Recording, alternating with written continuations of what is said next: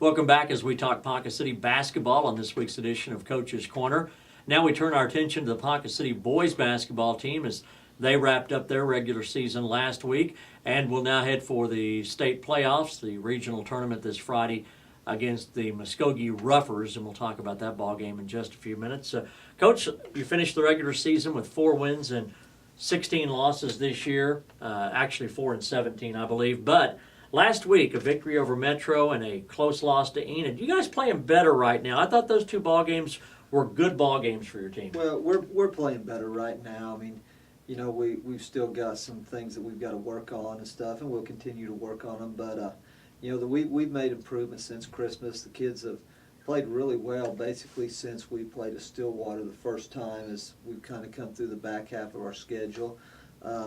You know, as I've told you before, you know, we're playing better, but you know, unfortunately, it's not showing up in the win column. But you know, the kids are heading in the right direction. They're doing a good job, competing extremely hard and playing extremely hard. And you know, when they're doing that at this time of the year, you know, you like that.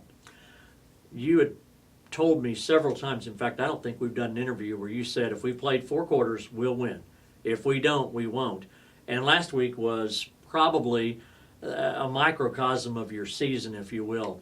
Tuesday night, you guys played 32 minutes of basketball, never let up, led from start to finish, and beat a team that had beat you here in Ponca City earlier this year and had a good record. And then Thursday night, you played a good Enid team, and it was another one of those games, Coach, where we had about 28 or 29 minutes of really, really good Ponca City basketball, but at the very end, didn't finish it out and got beat. I think that's what those 2 games may be exactly what you've been talking about all season. Well, that's kind of been the microcosm of our season. You know, throughout almost every game, we've come through a little stretch, whether it be 3 or 4 minutes in the beginning of the game, after halftime, sometime within the game, where we just don't play very well. And you know, we played well the entire game against Metro Christian, and then we came to Enid on Thursday night, and they immediately jumped on us for about a 10 or 11 point lead. We fought back, actually took the lead 41-40, and it was tight and close the rest of the way, all the way throughout. But we dug ourselves a big hole that we had to climb out of. And we've done that so many times this season, where we'll go just a stretch and we won't score the basketball. And you know, we're playing pretty well defensively. We're just not putting the basketball in the hole. And, you know, with that ball's not going in the hole, it makes things a whole lot tougher for every other aspect of your game. I mean, you've got to play twice as hard on the defensive end and in transition defense and things. So, you know, it's important to be consistent with scoring the basketball. You know, you're not going to score every time down the court, but these droughts that we have of 6-7 trips down the court without a basket really comes back to haunt us. The one thing I would imagine that you'll take from this team, no matter how far the season goes, is that this team plays about as hard as any team you've had. They play all out, and nobody is saying that this is the most talented team you've ever had, but I'm not sure they don't play as hard as any team you've ever had. Well, their work ethic is outstanding. It's been good from the preseason all the way through, and these kids just compete really extremely hard. And you know, as a result, you know, like you said, we may not have the most talented team that we've ever had since I've been here, but they keep themselves in a lot of ball games because of their work ethic and the way they compete on the floor. We talked about it on our radio broadcast both Tuesday and Thursday nights, that sometimes, and I don't know whether you've ever been in this, but sometimes when a team's won 4 games and they're at the end of February and they know that things are winding down, it's hard to motivate teams. It's hard to get them on the bus and to go and to get them off and to really play like you know they're capable.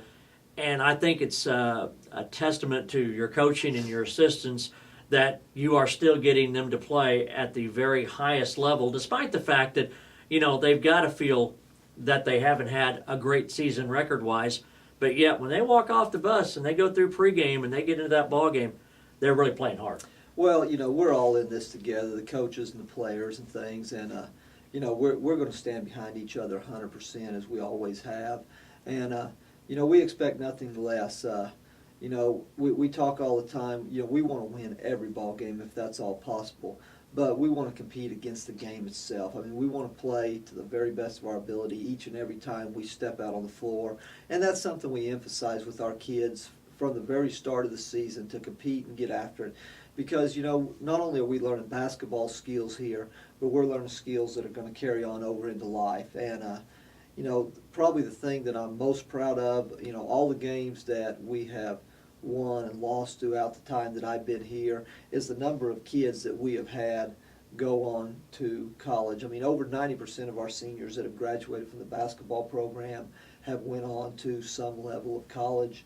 And, that's outstanding in this day and age. And, I think what these kids learn on the basketball court, as far as the competing and the working hard, just carries on to the rest of their lives. And, they're just outstanding young men who do a great job, and they're going to be successful in whatever they do once they leave here, especially our 3 graduating seniors, Troy Hale, Kelby Bales, and Brandon Wilcoxon. I mean, just great kids, great character kids. I mean, high integrity kids.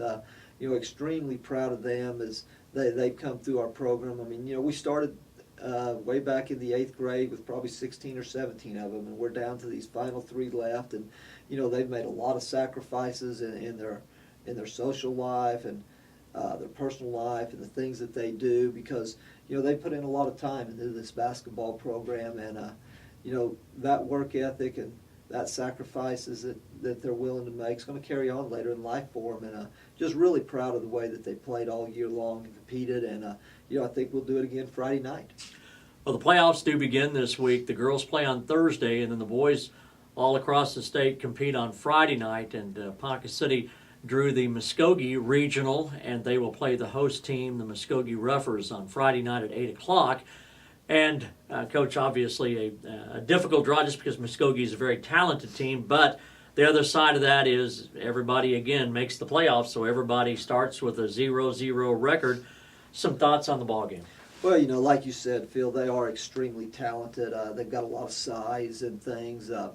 Very, very comparable to the Lawton and the Lawton Ikes that we played this year as far as their athletic ability goes and things. Size-wise, not as big as McGinnis, but 4 or 5 guys are in the 6'4" to 6'5" range, so it presents a number of challenges. But we played well against the Lawton and the Lawton Ikes and those type of people throughout the year. The whole thing is we're going to have to make sure that we avoid not having a dry spell. I mean, we've got to kind of keep the game at our tempo, and we've got to shoot a good percentage, score on a good percentage of our possessions in the basketball game. And at this time of the year, you never know what's going to happen. I mean, we have nothing to lose. I mean, we're not expected to beat Muskogee, with them being the number 2 seed overall on the east side. So, we're going to get after it this week in practice and kind of get prepared for them and go over there and see what we can do. You mentioned the fact that you've played Lawton twice, Lawton Eisenhower twice. You played a top 10 team in Stillwater twice. You played a very good team in Bishop McGinnis, number 1 in Class 5A, twice. The schedule, the competition, it's going to have you game ready, isn't it? Well, our schedule is is very tough. I mean, we don't play very many people that aren't highly regarded in their class. I mean, even the 1 3A team we played this year, Victory Christian, who beat us in overtime. I think in their final ranking they were number 5 in the polls. Great chance to make it to the state tournament at that level and things. And because of the competition that we see, we won't be intimidated by the Muskogee kids and their high ranking in the state, because we played people like that throughout the year. And that ought to help us a little bit as far as our nerves and being calm and knowing what we need to try to accomplish. Long drive to Muskogee on Friday night. We'll all be over there, and hopefully we'll have a big upset to talk about from the Wildcats Open Regional Play. Coach, to you and the team, good luck on Friday night. Thanks for joining us on our Basketball Coaches Corner.